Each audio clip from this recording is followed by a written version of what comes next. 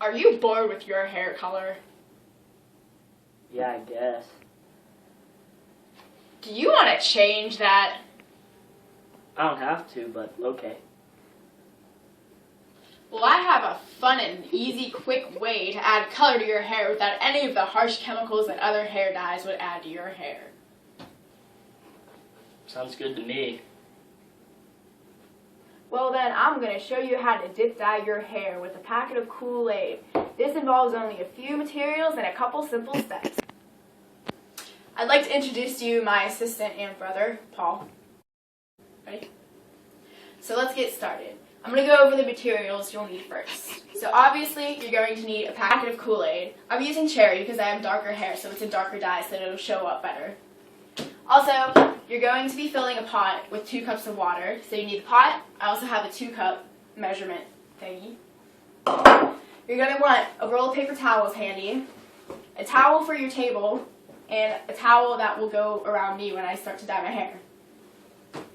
Okay, so first, you're going to take your pot and the measuring cup, and you're going to put 2 cups of water into the pot.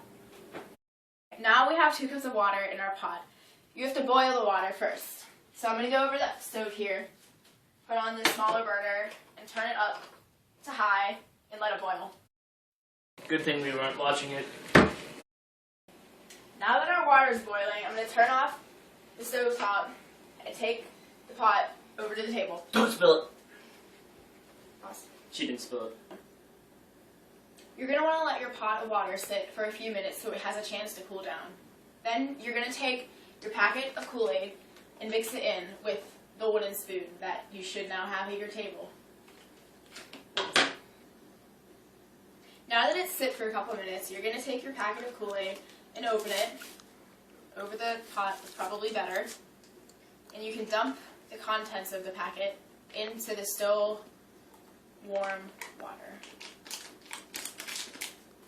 Then you're going to take your spoon and you're going to stir it around so it's nice and mixed together. There shouldn't be any clumps.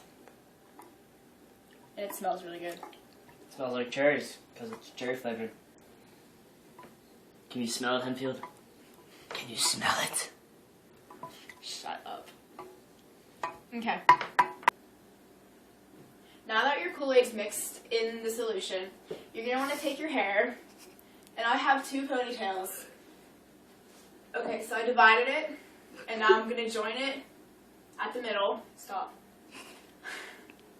So it's nice and even.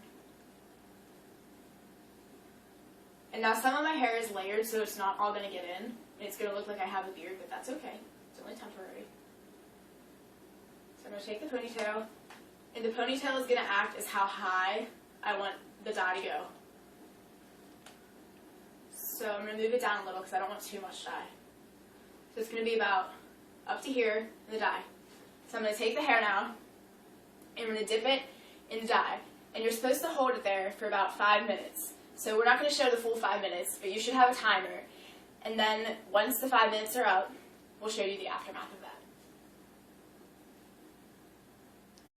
Okay, now that I've had my face in the pot and inhaled most of the contents of the Kool-Aid packet, you can see that it has dyed my hair. Get close up. Mostly red. So I'm going to dye it again to make sure it's more red. So I'm going to do the same thing. And then after I put it in the pot, I blotted it with the paper towel so it's not completely soaking wet. And as you can see, I have the towel around me. Okay, so I've done it a second time. I put it in the dye, let it sit for about 5 minutes, and I've taken the ponytail out, and I've blotted it with the paper towels. And you want to have your towel around yourself, remember. So I'm probably going to go blow it dry now and see the color. Now, if your hair is darker, you might want it to be a bit darker in color, so you could possibly soak it for more time. But I'm going to leave it like this. So hopefully now you've learned how to dip dye your hair with Kool-Aid.